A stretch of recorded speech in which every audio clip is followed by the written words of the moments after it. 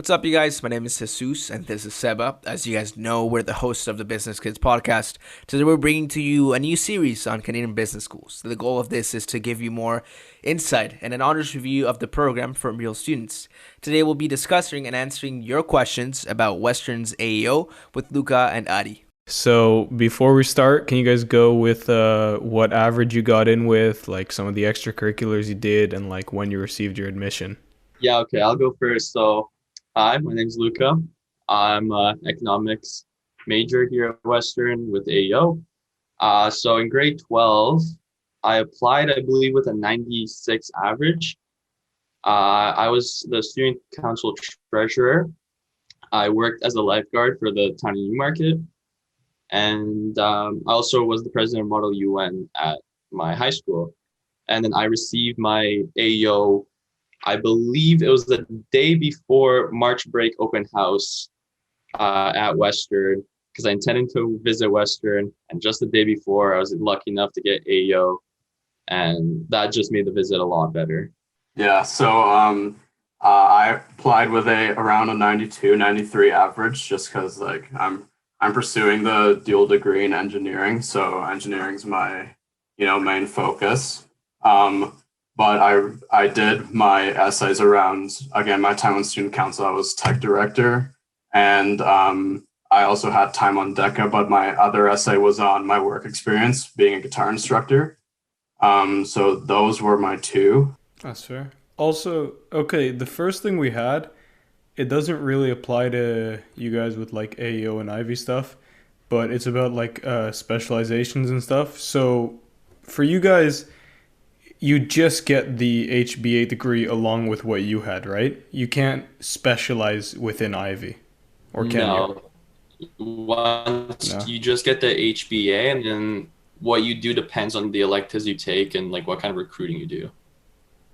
Yeah, the great thing about it is that like you're not set on business as soon as you enter. Like if business is something that interests you, you can choose a business related program and run with it. Like Luca chose economics, but business actual core HBA business starts in year 3. So you have that time to like for years 1 and 2 to just really pick something you're interested in. It doesn't really matter at all what you pick. You just need to maintain a solid average in that program. And once you pick that, if it's something you like, you'll maintain that average naturally. And you'll also like gain some experience in courses. And then that way, like, once you know what you like to do, you can also like pursue your HBA. And that's what makes it really easy. Yeah, I've met people throughout almost every program. There's an AEO. Med Sci, you'll find AEOs. Health Sci, Comp Sci. Social sciences like me, you'll find most kids will be in BMOS, so that's the other business program at Western. But a lot of people decide to branch out, see what they like, and then get into business in third year. Yeah, and there's a ton of dual degree options. And you can also choose. Like if you're in the program and you find something else, you're not like bound to like stick through with business right at the start. Like if you decide you don't want to do it, you don't need to do it, right? So there's lots of options for you, and like if business is something that interests you, then it's definitely a good route to pursue. I mean, I guess the next question that we have may be a little like biased because you guys are pursuing like, I guess, different things. But given your experience, is the program that you're in very math heavy? Like, do you think if you're not exactly good at math, like in high school, you will struggle a lot? Or what's your take on that? Yeah, so I could go ahead. Like, the good thing about it is that if math is not something you're really interested in, you don't have to take like math-based courses or anything like that. Like, say math's not your thing, you can pick a program first and second year. That's not really math focused. You can do like marketing, I guess, or something like that that doesn't require a lot of math. Personally, like I'm good at math. I find it like it comes easily to me, which is why I went the the little humble flex there. But that's why I picked engineering. I mean, like that was easy to me, so I kind of went that route. But I mean, if like there's a lot of people that don't really like math at all, and I mean, like some parts of math really aren't interesting. Like I don't understand how anyone would find some parts of math fun, but like if you don't want to do it, you have that freedom to not stick with it. And then that's the good thing about it, basically. Like you're not like locked down by anything that you don't want to do, essentially, with this stream, which is what I like. Yeah. So like I'm in economics. Econ at Western is a pretty math heavy program, like comparative to other econ programs. And so you'll be taking Calc 1 and 2 first year. So if you're not comfortable with that, maybe going the econ route isn't the greatest option. But what is great, as Adi was touching on, is the ability to transition into really anything you want in your first 2 years, as long as you're taking necessary courses. So if you realize first semester or first year, Calc 1000 is just not it, you can easily take the right courses that you need, and then you can transition into something that maybe you'll find more enjoyable. Like maybe sociology is you've taken an elective in that, you decide that's what you want to do your first 2 years. And so you're really not stuck into anything. We're technically undeclared until second year. So first year, you don't really have a major. You can take any course you want and figure out what you want to do. And so if math is in your strong suit, the HBA program really kind of allows you to see what you're good at in those first 2 years and then decide what you want based on that. That's kind of sick. Yeah, it's good to know. Like, there are some people that are very kind of indecisive altogether, and then having that realm allows them to make a decision. You guys talked about like there's a bunch of AEOs in literally every program. Do you think it's recommended to do a business related major, or does it not really matter? It doesn't really matter. Yeah. Yeah, I haven't heard anyone recommend it per se. It will give you the right skills, right? If you're taking accounting in first year and you're taking those marketing, those organization courses, stuff like that, you will be better prepared than the other students possibly for specific courses. But every student's learning the necessary skills, right? Econ degree, you're learning analytical skills. Eng degree, you're learning a vast array of skills, right? So going into HBA 1, no one's really in a better position per se. Yeah, and for anyone listening who's like choosing to pursue like the engineering dual degree, in the general first year, so the first year in engineering is general, where you just get like a broad stream of courses, and one of them that you have to take is business for engineers, which is the equivalent of the first year business class for any other anyone else that wants to take it. So business for engineers really gets like your like foot into like all the skills you will need in your third year. So that first year business combined with the business 2257, which is the accounting course, really gives you like the amount of knowledge you'll need to do well in your third year. And then especially like if you're undecisive about business or like the program that you're in, if you don't like the other courses that you're in, you can like choose to do another program. If you don't like the business course, like that intro to business course, you might decide, hey, like this isn't for me, and you're not locked down by anything. So that's why it's like the freedom of choice is really like the strongest quality with this. Okay, in terms of like business schools, a lot of people compare Ivey to, the other big business schools in Ontario and in Canada and whatever. So why did you guys pick Ivey even though, it only has 2 years of Ivey itself instead of like 4 in other programs? What do you think about that? I saw that as a strength, to be honest. Being able to take something that I enjoy in like high school when I was younger, I didn't want to go straight into business. I didn't want to take classes on marketing or consumer behavior, stuff like that. I wanted to explore Good subjects call. that I was really interested in. So like first year, I didn't take the business class Adi was talking about, 1220. I decided I didn't need to touch business in my first year. So I decided to take some other courses. I took a history course instead.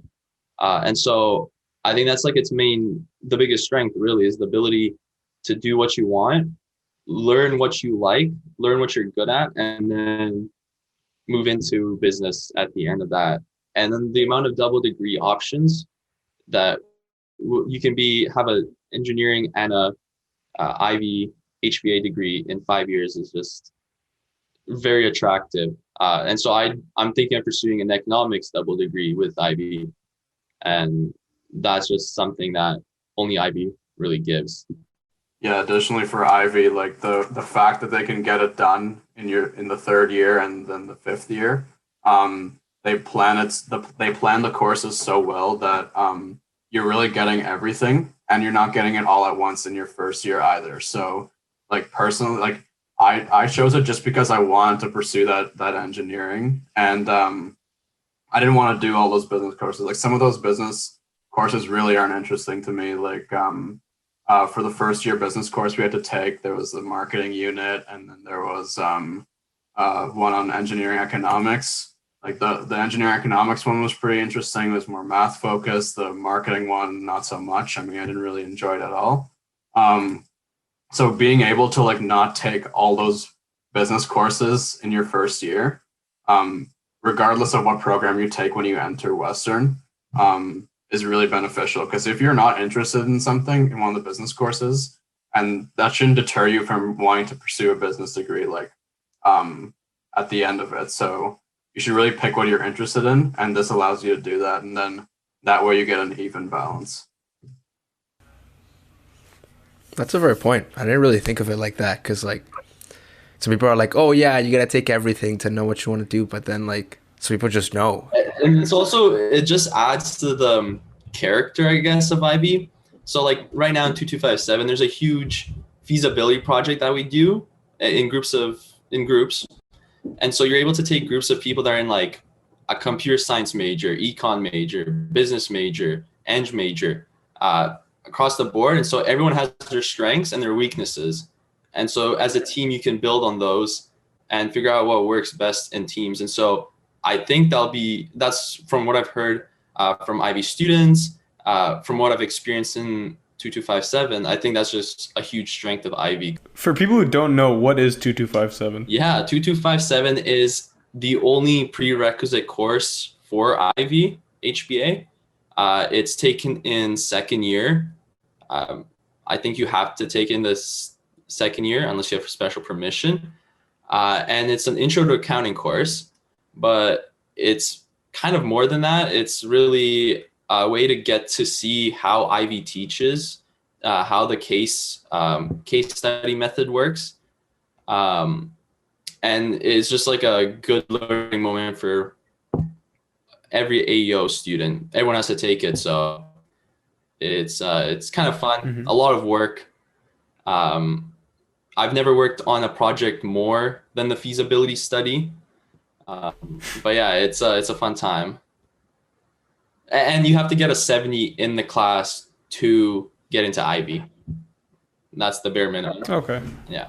Yeah, like it's basically like accounting, but introduces you to the Ivy case method, which is the reason why like a lot of people pick Ivy, just because the way they design their cases. So if you didn't take business first year, then the 2257, which everyone has to take, introduces you to like the case method, and it's basically accounting, but they make accounting like they make regular accounting a lot more interesting, just because there's more cases. And then the feasibility project, like by far, is the most like interesting thing, just because you can work on something that like a venture that you really enjoy, and you can also meet a bunch of people with, like, as Lucas said, with like different strengths and weaknesses, and like work through building something that's like actually like could be tangible. If you it's a competition, so if you do succeed, you can go on the further rounds of the competition and actually make something like tangible in an actual company. So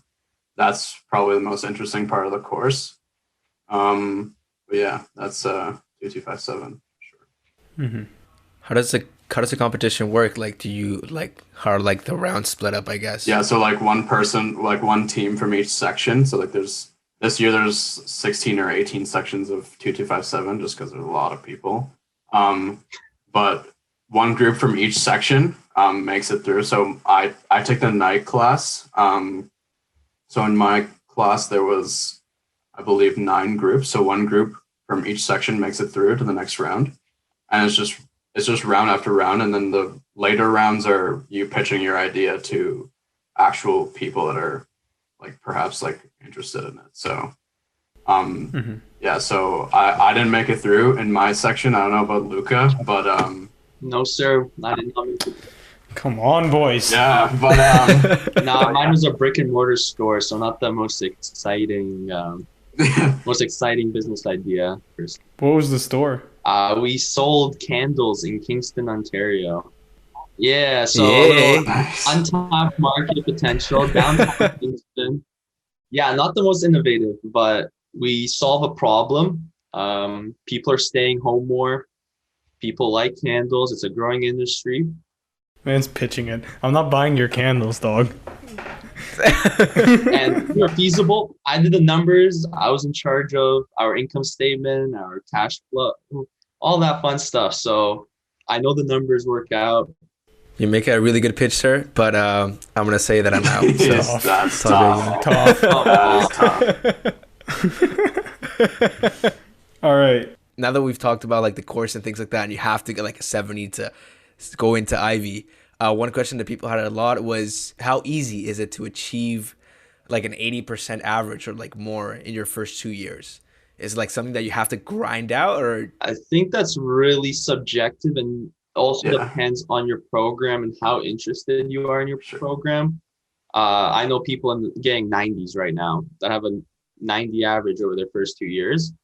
And then some people are still struggling to meet that 80. Um, I think if you do what you really like and are actually interested in, I think it's easy, right? Like if you go into, say, political science and you really like political science, you like reading Rousseau and whatever else you read in poli sci, you're gonna really Nice. enjoy it and you're gonna do really well in there, right? So um, and it's difficult to say what programs are harder and easier. Objectively, Eng might be a little tad bit harder. They only have to get a It's a 78, little tough. just a little bit. just a little bit? But yeah, it's really about. I think it's just if you find what you like, it'll be easy. But if you don't like what you're doing, you're gonna have to grind, and you're not gonna like it very much. Yeah. Yeah, for me, yeah, it's definitely like tough to maintain that average just because like um it's just and I mean like no matter how hard you work, like you're gonna get like you're gonna get like mediocre marks and just ride that curve, you know? So yeah, like I do enjoy what I do. Like we did a general first year and then I'm specialized in chemical now. I'm really enjoying that.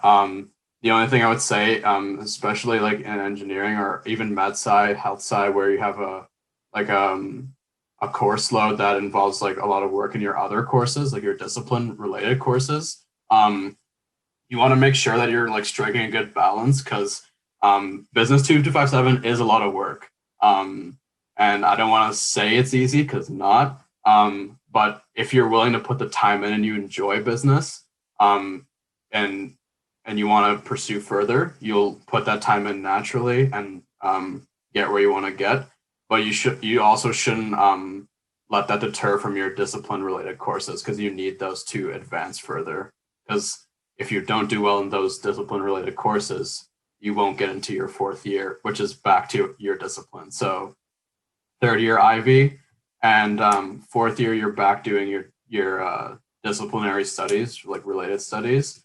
So I'd be back doing chemical engineering electives and things like that. And if I don't pass second year chemical engineering, there will be no fourth year for me. So like it's important to keep track of your course base and like just see what matters to you the most. And if you want to do both, you're going to do both naturally and put that work in. So yeah.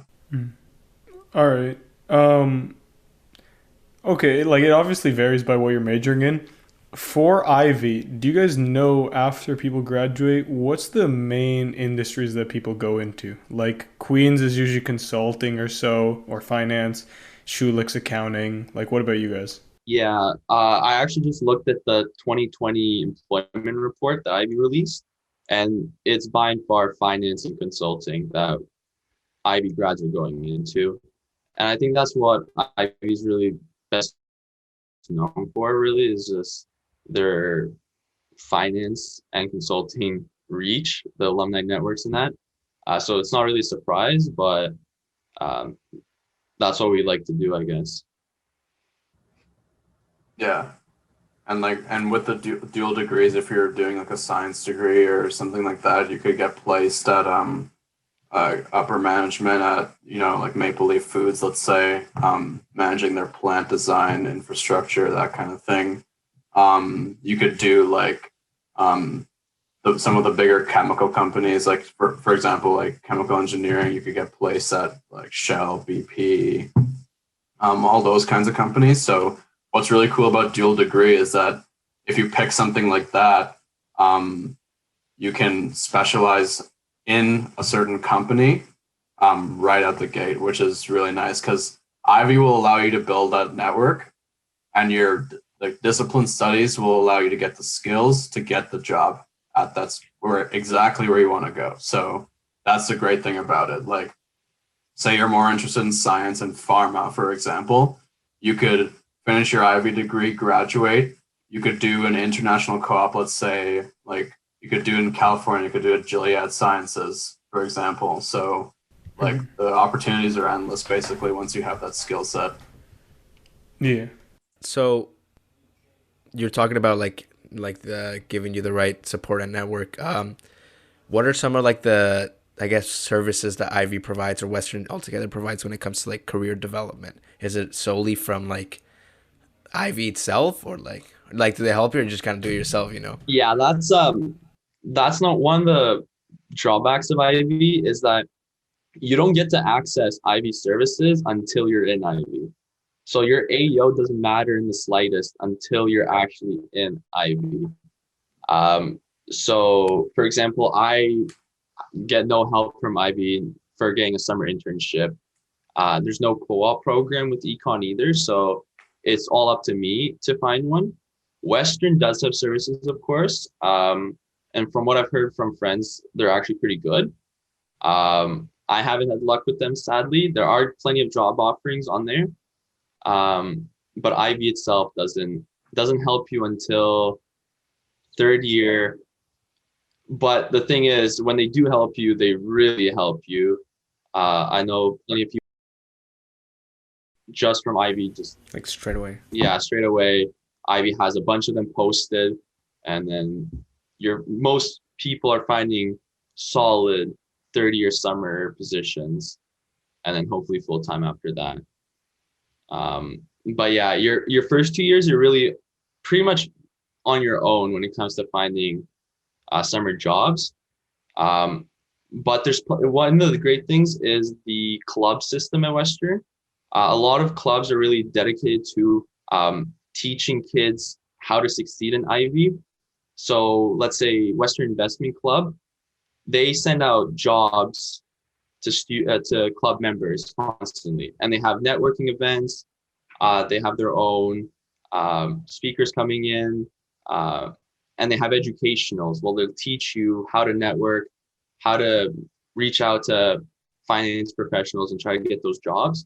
So you're not like, you have your student body helping you out, really. It's upper years that will help you find something, but Ivy kind of doesn't at the start. Yeah, like once you're in Ivy, you get in third year, you have that entire network accessible to you. But first and second year is just you like finding what you're good at, doing something you like to do. When you're looking for summer co-ops, like a good skill is also to find them on your own, like learn those skills first and second year, where it's not really a necessity to find some like awesome job right in the summer co-op. The goal is eventually a full-time placement, which Ivy will definitely get your foot in the door. After you finish that fifth year, that's the ultimate goal. But yeah, so third year, you have that network accessible to you. Depending on your program, like if you're in med sci, you'll get a lot of hospitals need help, especially like now. A lot of hospitals need interning in different wards. Engineering, we have our own service that we have to pay for. So you pay like a deposit down, and it gives you access to a portal of jobs through Western. And if you get a job through that platform, you talk to your course counselor, and they'll match you up and you get that deposit back. So basically, it's a down payment to use their job service. You get a job through them, you get that back, and your counselor also reaches out to your employer and sees how things are going from time to time. So that's also a really good thing. If your program offers a summer co-op portal, I know econ doesn't, but there's a lot of different like faculties that support that. So first and second year, when you're finding that summer co-op, definitely use those. They're available to you, and they're really good services. And then third year, Ivy, you'll have that network, and then you're set. That sounds kind of sick. All right. Okay, we talked about like school and jobs and shit. So now for the more interesting topic, which is, I guess, pretty self-explanatory because it's Western. But how's the party and social life at your university? Oh, absolutely top notch. Yeah, it's up there. It's up there. World class. Yeah, world class. You're not gonna find anything better.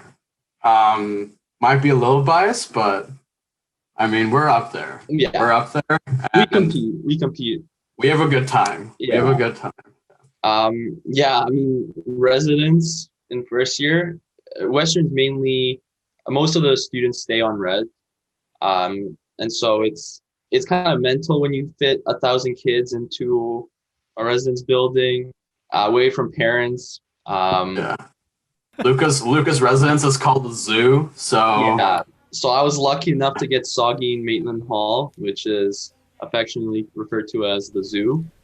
Man's writing a novel. Sorry? Affectionately referred to. It's a little nickname. Technically, we're not allowed to call it that. Western said no to the nickname the zoo because it kind of makes the school look bad if you're referring to a residence as a zoo. Parents don't like that name, but we got through first year. But if you want to have fun, you'll have fun. If you want to go out and meet people, do whatever, you can do that. But I know a lot of people ask like me or ask Western students about how are you able to get work done in that kind of environment? And it's pretty simple because it's not like every night you're going out and what am I allowed to say? Get plastered? I don't know. You're not going out every single night, right? And you can choose when to go out. My floor was absolutely silent during the weekdays. You could get any work you needed done. But on a Friday or Saturday night, yeah, it's going to be loud, of course. Live. Yeah, it's going to be live. But on every other day, the saying is we play hard, but we also work hard. We work harder than we play. So. All right. Okay. I guess on top of that and culture and everything, how safe is campus? Campus is incredibly safe. Yeah. Like the campus area, like actually being on campus, there's like emergency phones everywhere, like with blue lights. Like it's a very safe area. There's like obviously like it's in a city, it's in London. There's gonna be sketchy areas, like, but that's more of like a second year housing type of situation, like deciding where you want to live. I mean, there are obviously areas where perhaps you want to reconsider living if one of your roommates pitches you an idea, hey, let's live here. You don't want to live like too close to like the Oxford McDonald's, that sort of area. That's one of like the less happening places, but like, I mean, the campus area itself is super well developed. The Ivy building looks like amazing. If you guys take a campus tour or just like a walk around, those buildings are all like, and that area is just wonderful. So yeah. Walking around campus at night, no worries whatsoever. Yeah, we have an app called Western Foot Patrol, and if you don't want to like walk by yourself at night after class, like if you have like a 9 o'clock like night class, and like campus is safe, like you don't need to worry about anything, but like if you do, you can just dial up Foot Patrol, and there's student volunteers like ready to like walk you home, like talk about your day and stuff like that. It's an awesome service and it's free. Like Western provides a lot of awesome services like that. And like on weekends there's like a Mustang Express shuttle that just it's a free Uber basically. Like it just takes you like straight down the strip of bars and back to like student housing and other areas like that. So from that aspect, like Western's looking out for you, and like everyone's staying safe around the campus area and that sort of thing. So Yeah, campus is definitely very safe. But London is notorious for having some issues, especially downtown and the McDonald's that Adi mentioned. You just need to know what areas you should not be going to after 9 p.m. and you're gonna. And you'll know. And you'll know. So it's very clear. Yeah, you'll know. Yeah. I mean, I guess all this is like great with what you're explaining with like the social party life and like how campus is safe, but all of that's kind of been changing a little bit because of COVID. Now that like what a fucking transition. That was sick. Let's go. Doesn't that just ruin the transition? I know it ruins the transition, bro. This guy. Oh my bad. You gotta leave now. Cold water on my flame. God. Okay, cut. Redo it. Until Redo we it. finish the transition and then something. That's tough. God damn. All right. So as we were saying, COVID. How has the university adapted to COVID now? Like, was it a smooth transition, or was it like what Seba did? Just, cut the thing off without even, just... You ruined Nice. it, man. God damn. All right. I ruined it. How is COVID? How is COVID? I mean, it ended abruptly last year in March, right? We got sent home. We had a week off, and then classes went fully online. I think a lot of professors really were not ready for that, which is fair. At least in my experience, my year was able to end pretty nicely. I had my exams. They all worked out well. Teachers were able to adapt quickly. This year, it's kind of been a letdown. Tuition's the same. We're still paying for all the same services. While what we're receiving isn't the same quality. Yes, professors are doing great. They're uploading all their videos, all that. But Western itself, I haven't been too happy with it, but it's hard to critique in this situation, really. Definitely for this year, we're not getting our money's worth. Yeah. We'll just say that, like, because we're paying the same amount, and we're getting YouTube videos, and they're really good YouTube videos. Don't get me wrong. Like some profs are like excellent at doing what they do, and I'm sure they also feel the same way. Like online is just not a good way to learn in general. So I know Western's announced like they're trying their very best to bring it back for fall term. Some in-person classes, especially labs. Like for me and Eng, like we missed out on all our labs. So like, what is Eng anymore? Like we drag and drop stuff in like a beaker and like do some random shit at home. Like it's not really like Eng, you know what I mean? So at least getting those labs back in third year will be like more worth what we put in. But like so like they're doing the best they can. I mean, like COVID is like fucked up everything. So like basically like what they can do, they've done that. But we're really looking forward to like a fall term. Fall winter term next year to be at least semi in person. That would be a good transition. I think Western really focused on the first year experience when it came to COVID, where they tried to get as many first year classes to be in person as possible.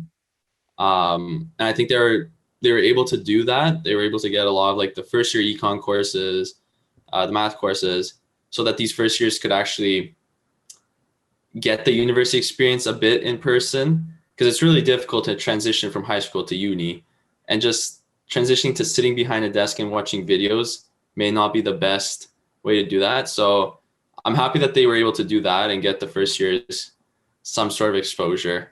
Yeah, like I know the first year Eng guys got their labs, which like is pretty cool, because if you didn't get labs in first year and you're coming into Western, it's like a super huge letdown, because you're coming and you're just like you're sitting in your residence building and then you're looking at videos on how to do the lab by someone else. So like, and it's good that they got that done, at least for them. What's been like pretty shitty is like the repeated like lockdown and like now we're not in lockdown, but we're not sure what we can do now, that sort of thing, especially for like second, third years. Like we're not living on res anymore. So should we go to the bars? Can we go to the bars? Is it safe? Like we need a break. We need to like blow off some steam. Can we even go? That sort of thing. So like one week it's this and one week it's that. That's the sort of that's the irritating part. But once everything blows over, I mean, school will go back to school and then we'll have a good time. Yeah. So. There's also been like some stuff with admin. They raised tuition for international students, which really did not blow over with many people. Yeah. Because they have no, like a second-year international student, they can't just drop out just because they raised the price 10%, really. That's kind of difficult to do. And Western really didn't care much for what the students had to say on that one.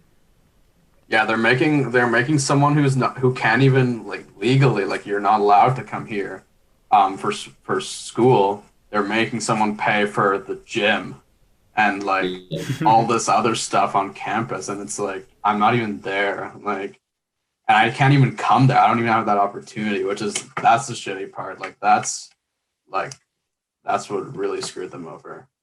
I kind of feel for them. Yeah. I've been saying that, bro. Like, we're paying full tuition for the equivalent of like Skillshare. Yeah. So we're just Yeah, random videos exactly. and shit like that. Yeah, all comp sci programs are literally Code Academy. Yeah, literally.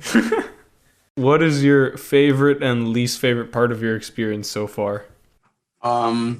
Favorite part, probably like the mix between partying and studying. Like, especially when you have a huge course load, it's awesome to get to blow off steam with people, like, and you can meet people first year, like meeting people, and especially the events they had first year, like absolutely blew my mind.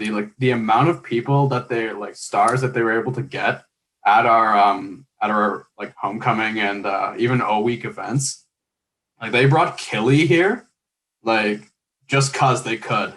So like that's the thing. Like they're like the student council is obviously looking out for people, and like that's the best part. That's been the best part, honestly. And the worst part probably like just COVID schooling, like online, just that whole thing. That's probably the worst part. As Adi was saying, starting with the first week of school, we had Killy and two friends performing for all first years. So that was a good start. You have events like FOCO, HOCO, Frost Week. The residence was amazing. And then this year, living off campus with the people you met in first year, going out in London, exploring the city. It's a decently big city too. But yeah, so just living out in London, experiencing Western and meeting all these new people, definitely easily the best part. Worst part, online school, like I guess, but that's easily for everyone. There's nothing really that I'm angry at, or I'm like, oh, I regret coming to Western because of this, or that I'm constantly thinking of this sucks. They need to really improve this. It's just small things like maybe one professor doesn't upload his videos very well, but overall, it's a good time. All right. I guess just to wrap it up, after we've discussed like everything from academics to jobs and the party life and things like that, given all the experience that you've had with Western altogether, say you bump into yourself first year again, what would you tell yourself as like advice?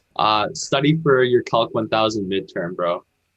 Because we did not start the year off well. I think that's really the main thing, is start off strong.